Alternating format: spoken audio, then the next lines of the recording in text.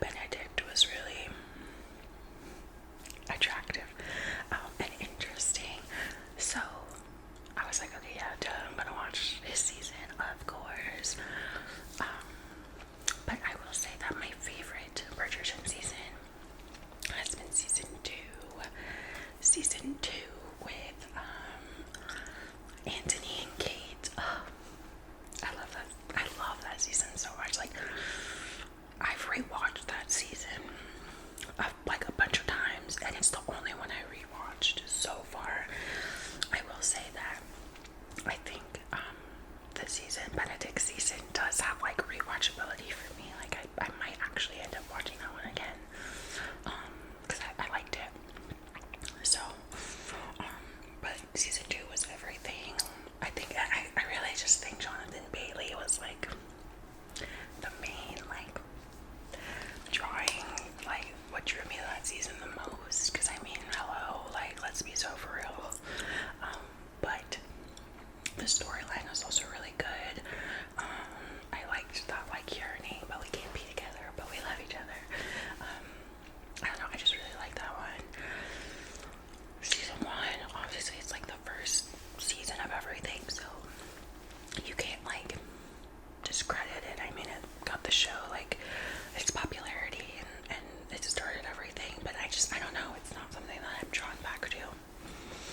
And then season three, I low-key can't remember anything that happened in season three, and I'm not even kidding. I don't know, I was not interested in that story. And I have no idea why. Like, I think it's just because I don't really care about Colin, sorry. Like, he never did anything for me. I don't know. But this season I was interested in him, and I did watch it all of it, like part one and part two. And I really liked it. What else? Like, what do I want to say about it? I don't know.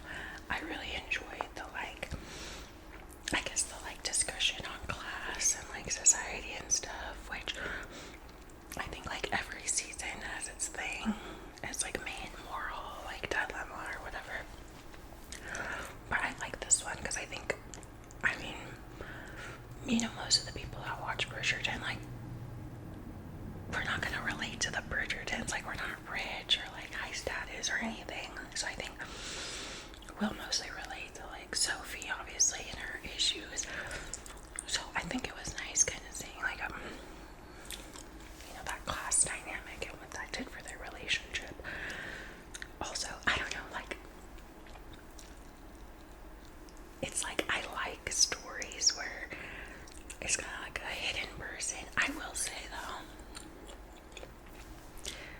she was more believable. Like, her being hidden was better than like some other movies. Like, if you know what I mean. Like, hello, that was clearly Hilary Duff in the Cinderella story. Like, duh. But I think this one made more sense. Like, I feel like physically, like, she was hidden more. Like, the mask was like pretty much the whole top of her face. So and I feel like those are like your more like defining characteristics, like your eyes and your nose and stuff. So it made sense to me that he didn't like automatically recognize her.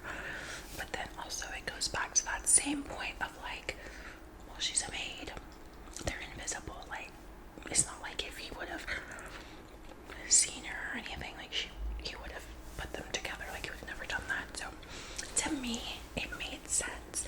I feel like some people maybe like had an issue with that, but I totally like 100% saw it. So that you wouldn't know who she was, and I like that. He basically fell in love with her twice, because it's like, who are you gonna, like, you're gonna argue with that love? No. Like, would your partner fall in love with you twice? You know? So I thought that was really good. Also, I'm not even gonna lie, not to be like this is all I care about, but their intimate scenes, I think they've been the best in the show. I'm not even kidding. They were really good, and I really enjoyed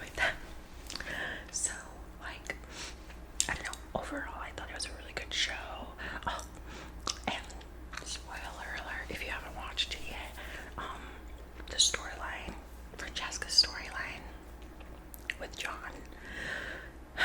I was literally crying that whole episode, I swear. I didn't think I was gonna like be affected by it, because I don't know, like now we're seeing more of her, so like we're getting more invested. But I was like, I don't really, like whatever. It was so sad. And it was like so real. Like now that I'm like newly married and stuff, every time I hear about people losing their spouse, it's like 100% more serious to me. I'm just like, oh my god, like I don't know how people do it, right? And I think just like once you're married, you kind of like get more of a perspective. Like, oh my god. Like, especially the way it was so sudden. I couldn't imagine that. Like, I don't even want to think about it, but I thought that was really done really well. And like the actress for Francesca, I feel like she played that really well, like that whole grieving and stuff. So I liked it. Everybody else's storyline, I mean, is kind of the same. I will say, like, I'm not sure who they're setting up for next season. I want to say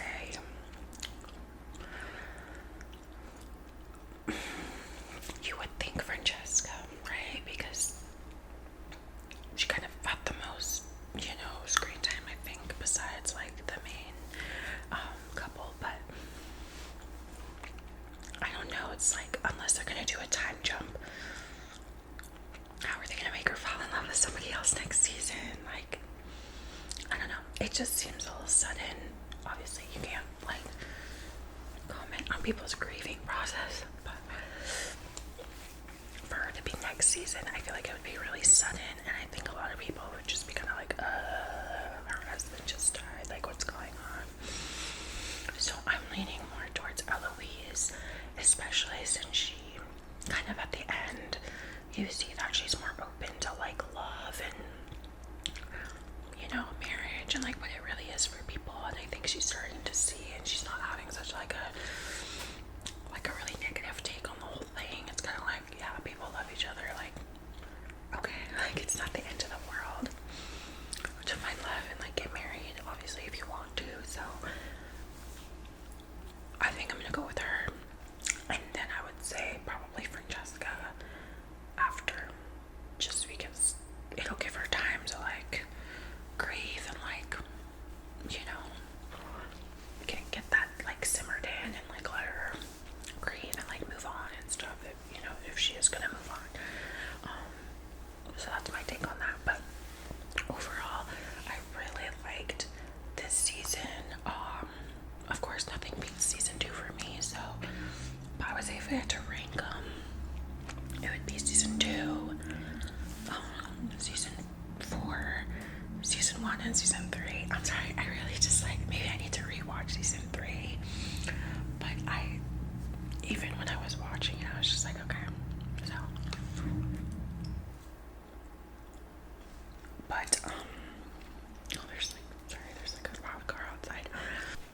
Sorry about that, my camera died, so I had to like recharge everything, and then people came home, everybody was making too much noise, so I'm here a few days later, gonna finish this video. So I think we were talking about A Night of the Seven Kingdoms. So this is one of those shows where, like, I know of Game of Thrones, and I did watch a little bit of Game of Thrones, but I kind of like just watch it here and there, and then I also just stopped watching it altogether up until like the very end. Also, like the House of the Dragon, I was into it at first, but then it's just like I don't care, and shows these days take so long to come out. So by the time the second season was out, I was like, I'm over this, like I don't really care. So I didn't really watch the second season of that. So when this came out, I was like, like I don't know if I'm gonna watch it. But my husband was interested, and every time we can find something to watch together, we try to take advantage of that, because we don't like the same type of movies and stuff. So he was like, let's just watch watch it. And I was like, fine, whatever, we'll see. So we put it on, and I actually was really into it. And we actually started like I don't know if 1 or 2 episodes was already out, but so we started it pretty early on. But I really liked it, and I was really, like, I don't know how to explain, like, I just thought he was so adorable, and I, like, literally fell in love with Egg, the character Egg. If you watch the show, you know what I'm talking about. He's the child in the show, the squire to, Sir Dunk. So, I don't know, I just thought he was so adorable and so cute, and I was like, oh my god, I really like it. And we kind of just both were like really into this, so we then started making it like our Sunday night show. And I really enjoyed it. I will say, at first, like in the first 5 minutes of the show, there's a scene where, I don't think this is a spoiler, I don't know, spoiler alert I guess, but I don't think so, where this starts off like whatever, and there's a scene where they start playing the Game of Thrones, like the music, the theme music for Game of Thrones. So you're just like, oh my god, like we're in the Game of Thrones universe. Ooh, sorry, I had to sneeze. So you're in the Game of Thrones universe, like they're playing the sound, the music, you know, the really like classic Game of Thrones theme music, and then it cuts to the main character, Duncan, like he's behind a tree, but you see his like butt sticking out, and he's just like projectile, like pooping, and I was like what? Like, and we knew it was like a comedy. I guess that's how it was like labeled as, or that's how they were saying that it was. So we kind of figured it might be a little less serious. But when we saw that scene, we were kind of just taken aback, because it's like the juxtaposition between like the intense, like the recognizable Game of Thrones theme music, and then like seeing somebody just like projectile pooping out of their butt. It was like a little too much. So, but that was in like the first few minutes, and I think after seeing that, we were kind of like looking at each other like, we don't know if we're gonna like it. But by the end of the episode, like I said, I kind of fell in love with the characters, both of them. So I was like, okay, yeah, like that's fine.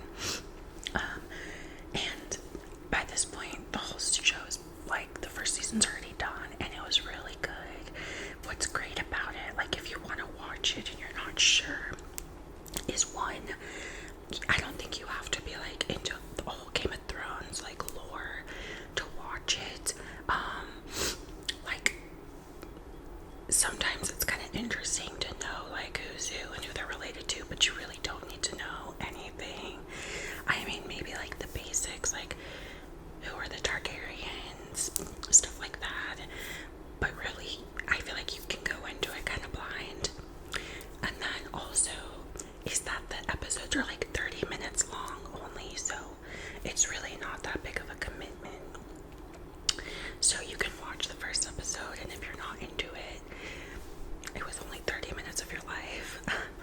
But so yeah, it's really bingeable, I think, which is always great for like a show, especially if you're not sure if you're gonna really even like enjoy it. So I would definitely recommend that one. And I say that because I'm like such a, I don't know, like I like a certain type of thing. Like I'm not into like a lot of sci-fi or fantasy or things like that.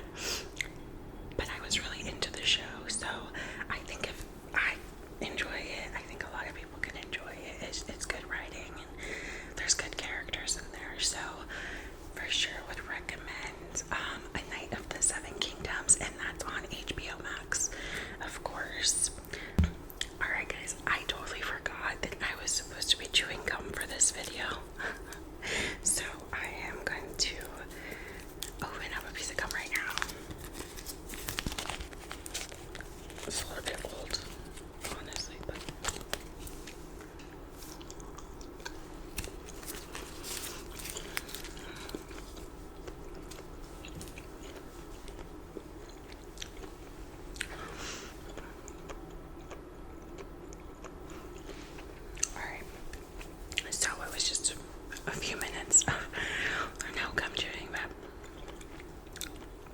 okay. The next show that I recently watched, and I think everybody else watched too, is Heated Rivalry. So Heated Rivalry is really having their moment right now.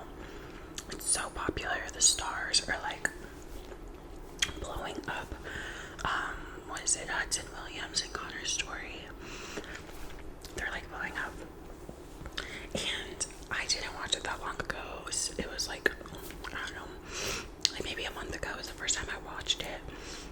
And it was like, that's because everybody was talking about it. And sometimes, not to be like pick me or anything, but sometimes whenever something's getting talked about a lot, I'm just like, I don't care. You know, like I don't want to watch it, especially like, I don't know, if I don't know too much about it. So that was one of those things where I would like hear people talk about Heated Rivalry, and then I just was like, it doesn't really interest me, like hockey. Like I really don't care about hockey. I think that's like one sport that, I mean, I live in Texas, so we don't really even, where I live, like there's no snow. Like we're not winter people, or like there's no, you know, we're not big into like hockey or winter sports and stuff like that. So it's just not something that I was interested in. And watching a show about, I did know that it was like two gay characters, and like it was like a sexy show, but I don't know, I really think maybe it was like the hockey that was keeping me out of it. And also one of the characters is Russian, Ilya, and he does speak like Russian in the show, and I feel like I saw a clip where he was speaking Russian, and I was like, oh, like it's a show, it's like not English, and that sounds bad, but I mean, I will watch something not in English, like I don't care, but I think that was just kind of like another thing that was putting me off. I was like, I don't really care to like watch something that I have to like read subtitles of the whole time. But then I talked to my friends, and one of my friends was like, oh my god, yes, you have to watch it. And I was like, is it in Russian? And she was like, no. Like, they speak it sometimes, but no, not really. And I was like, oh, okay. So I was like, fine, I'll watch it. And I really, really liked it. I binged it. I mean, it's not too many episodes. I think it's like 6 episodes. But yes, I definitely binged it all in one night. I stayed up really late. And I really liked it, and not for like, I mean, yes, like the spicy scenes or whatever, were good, but I think I really like the love story. Like, I don't know, it's just like one of those things where it's like, oh, like the way it spanned years, and it's just not a story you get a lot, especially with like two same-sex people. Like, I feel like you definitely see that story with like missed opportunities, or just like years-long relationships or situations, but I think that added another element to it. And then of course, like, they're very attractive. Their scenes together are very attractive, but honestly, those aren't even my favorite scenes. For me, it's mostly just like their relationship, and I thought they did really well in acting it out. My favorite, like, scene where I felt like the most emotion, and it was mostly just like heartbreak, I guess, was whenever it's like that day where I think Shane goes to Ilya's house and they have the tuna melt. And they're like getting it on the couch, and then I think it hits Shane that like, oh shit, like this is real, like there's emotions here, and I think he gets scared, and so he like jumps off, and he's like, I can't do this anymore. Whenever Ilya's like, Hollander, like the way he says it, the two way, like he says it twice. I felt that. I felt that because I was like, that's so, it felt realistic to me. Like I felt like that's something you would do in real life. It's just like come on, like what, you know? I don't know. I really enjoyed that. I thought that was like the best, not the best part, but that's the one time that I really felt connected to like the emotions that were happening in the scene. And then I will say, I know some people weren't a fan of like the Scott Hunter and like Kip storyline. I loved it, and I think it's at the end of episode 5 when, you know, he comes down onto the ice and they kiss in front of everybody. I was literally like giggling, kicking my feet like a schoolgirl. Like I really love that scene. Thought it was beautiful.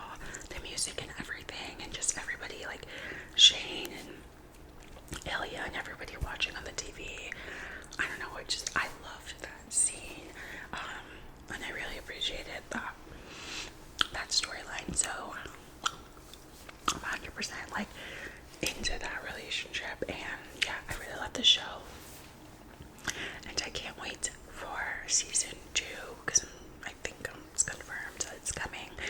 I don't see why it wouldn't.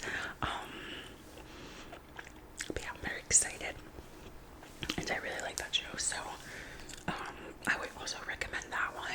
I will say it's just, I mean, it has spicy scenes. Like I don't know, like if you're not into that, maybe you won't enjoy it as much. But I think even without that, like if you know you fast forward through the sex scenes, I think you'll still like enjoy like the love story and what they have going on. Alright, the next one show that I've been watching is The Pitt. The Pitt. And this is another popular one. Like I'm not too niche. I watch what's popular. And I will say that as I'm filming this, the second season is like airing. However, I'm not watching it until it's all premiered so I can binge it, because I think that the premise of the show works better that way, and that's how I watched the first season. I didn't watch the first season until a few weeks ago, and it had already been aired, so I was able to watch it like all back to back. And I think that's really how, I feel like that's the best way to watch it. I don't know, I mean, that's in my opinion. Because if you didn't know, The Pitt is about like the ER of a hospital in Pittsburgh, I believe, in Philly. And it's basically like it's 15 episodes, I believe. However, each episode is like an hour of that day, so it's like a 15-hour day for the people working in the ER. And each episode signifies like one of those hours. So I think whenever you're able to like binge it and watch it back to back, you kind of feel more like you're in that space. You're like, damn, I just watched this whole show. Or like sometimes it takes, like for me, I think it took like 2 or 3 days to finish it. And then you think about it and you're like, that took me 2 or 3 days to finish it and like get all that drama and all of that action. But for them, it's just one day, so you can, I don't know, I just feel like it makes it more real, like how they like feel, how they probably feel at the end of that shift. You're just like, oh my god. So that's why I'm waiting. So I can't really talk about season 2, but for season 1, obviously it's like a really good show. It's won like lots of awards. Everybody loves it. And yeah, I really enjoyed it. I didn't know if I would like it. But yeah, I mean, I do like shows like that. Like, this is nowhere near the same, but like, watch like Grey's Anatomy or things like that. So like I'm not like against watching medical shows, but I was just like, I don't know, we'll see. And so I did watch it, and I really liked it. At this time, my favorites, because everybody has like their favorite characters. My favorites are for sure Mel. I think her name is Mel. Yeah, she's like one of the doctor that came from the VA, with the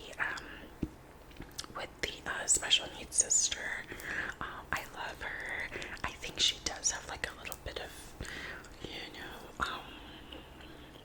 she might be neurodivergent herself, but I don't know, I just love her. I think she's so sweet, and like, she's obviously very smart. So I really enjoy her. She didn't do anything to piss me off, which I can't say the same for other characters, but I think for sure she's my favorite. And then I think I really do like Whitaker.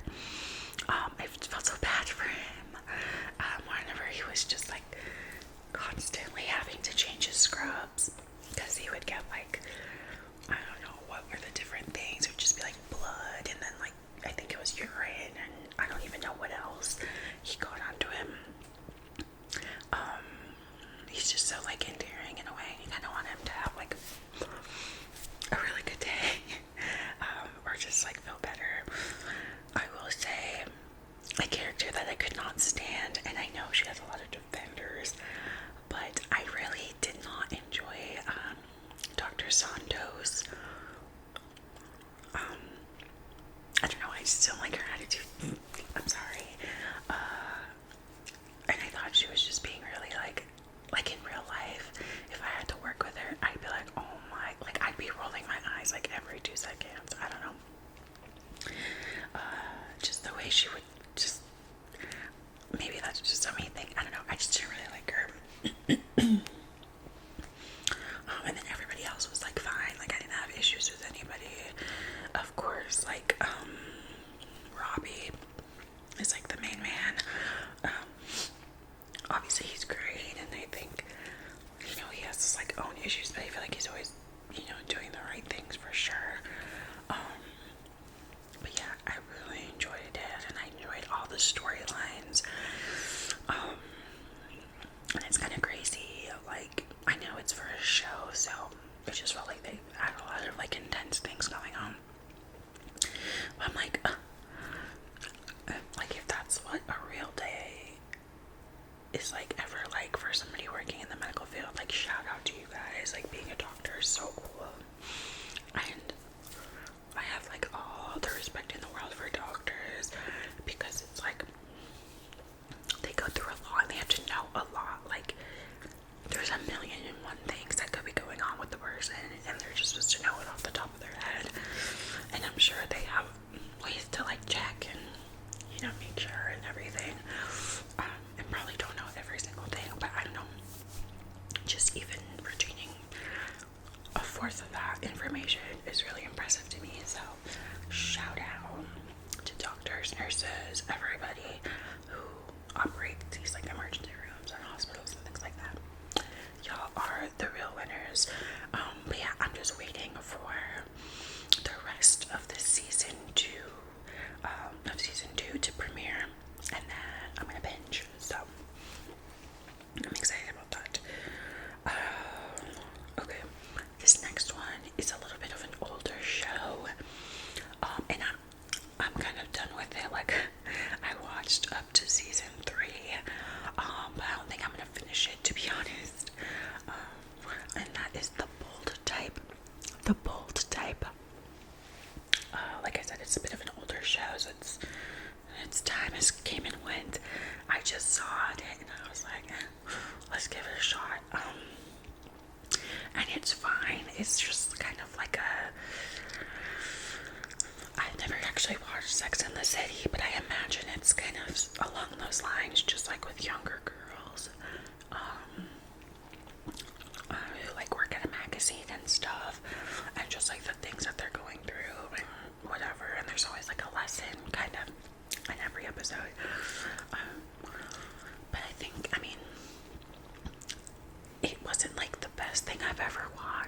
it's just entertaining enough to like, you know, get me through the day. But yeah, I think I'm on season 3, and I think there's 5 seasons, or maybe more. I'm not sure. But I'm pretty sure I'm not gonna finish it. Yeah, just I don't know. It's just like I said, it's not the best thing I've ever watched, so I just don't feel like continuing it. But it was good. It was cute, and like I said, there's like a lesson to be learned. And they do talk a lot about like political issues and like society issues. So I think like, I mean, it's fine. Like I said, not my favorite thing, but I'm not like gonna say that's terrible. It was cool to see because I watched White Lotus season 2. And Megan Fahey has become like a real big star since then. So it was like cool to see her in this show where she's like just younger, and I don't know if she was like well known at that time, but just going back and seeing people. So that was cool. But yeah. And that's on HBO Max as well. This next one is a new show that came out on Hulu, and it actually stars one of the girls from the Bold Type. I forget her name. Is like Aisha something. Sorry, I don't know her name, but it's a new show on Hulu. It's called Watching You. It's like a limited series, I believe. I saw a TikTok of this girl who was like, watch these shows, and I was like, okay. And that was one of them. And it's basically like a crime show. Yeah, it's like a crime thriller type show, mystery.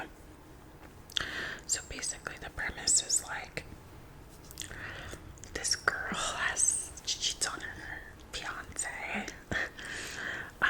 in like an Airbnb that her friends have, with the person staying at the Airbnb. So she cheats on them, whatever. And then the next day she starts receiving texts from a number being like, I know what you did.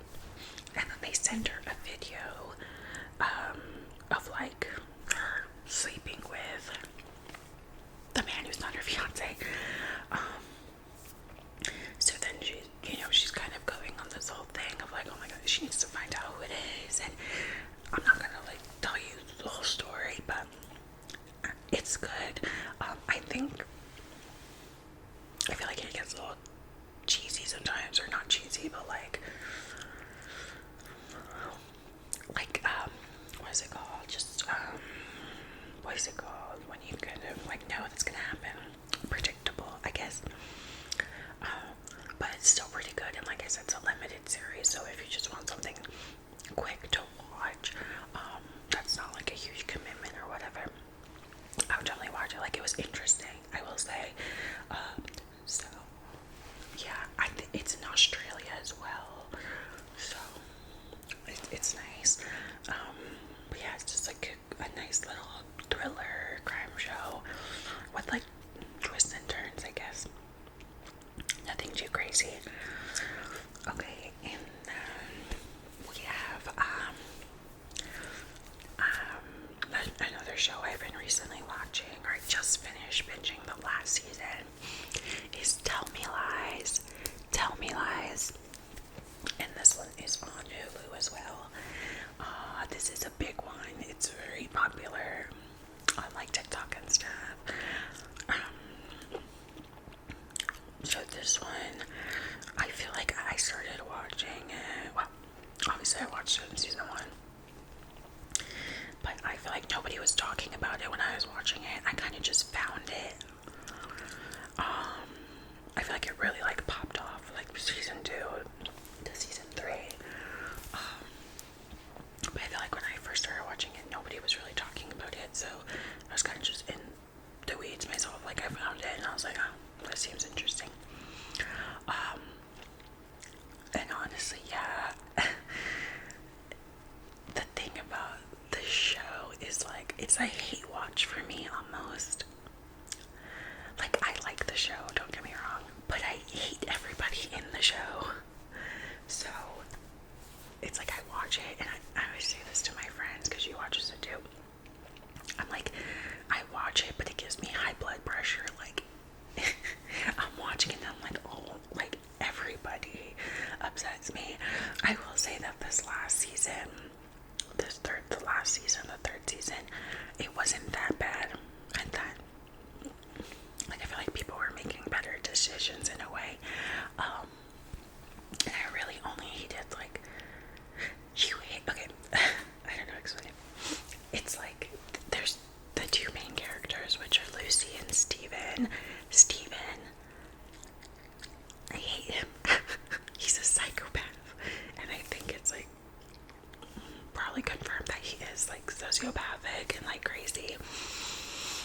evil.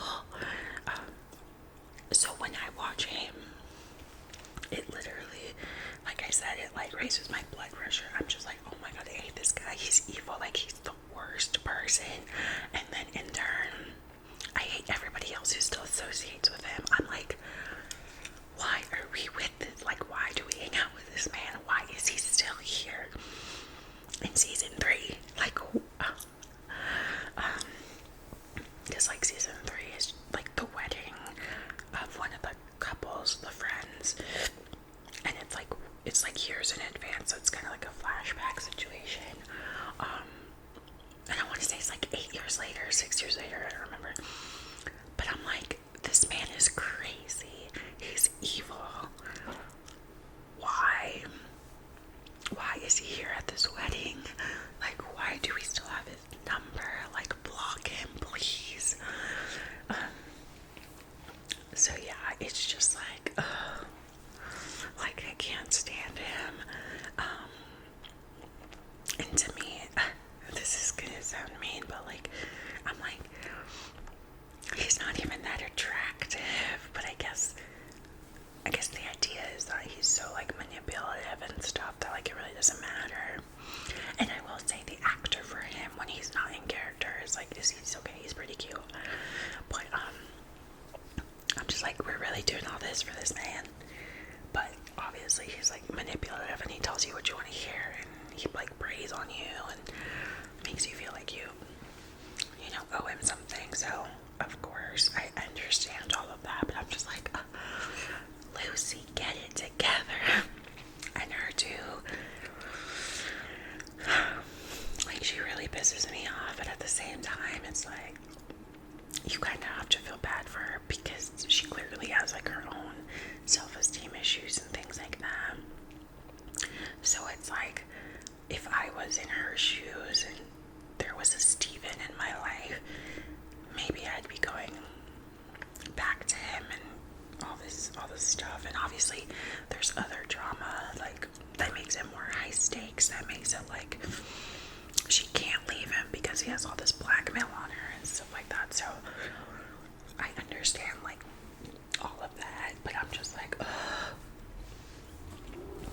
I mean, and the friends, like the side characters, I guess, all the friend group, I really have no beef with like most of them, to be honest. I think a lot of people, I just, the whole point of the show, I want to say, is that everybody is like morally gray at best. Like, nobody's good in the show. So like, if you're arguing about like this person's better than this person, you're wrong. Like, they're all messed up, and I think it kind of comes out at the end of the show. Kind of like, yeah, like nobody's free here. Like, we're all fucked up, you know. And so I think, yeah, that's kind of one thing. So honestly, I think the reason that this last season didn't like piss me off so much was because I kind of went into it just being like, it's fine, it's a show. I don't know these people. Whatever. Like, I didn't really, not that I didn't care, because like, whatever, I still wanted to finish the show, but I think I was just kind of over it already, so it really had less of an effect on me. But that first season, when I was watching it, I was just like, I can't do this. This show pisses me off. Like, I was literally like, I would watch the next, like, flip it to the next episode, and I'd be like, why am I doing this to myself? Let me know if you had that same experience. But yeah, it's a good show, so I would recommend it. And then finally, like, another show that also kind of old that I've just been watching on and off is Criminal Minds. I think sometimes when I like don't have a show to watch, like anything new, I kind of always go back to like Criminal Minds or Law and Order SVU or like Grey's Anatomy or something like that. Something that's been going on forever where I can kind of just jump in somewhere and I'll be fine. So it's been Criminal Minds for me. And there's not really much to say about it. Like all the shows are different cases, so I mean,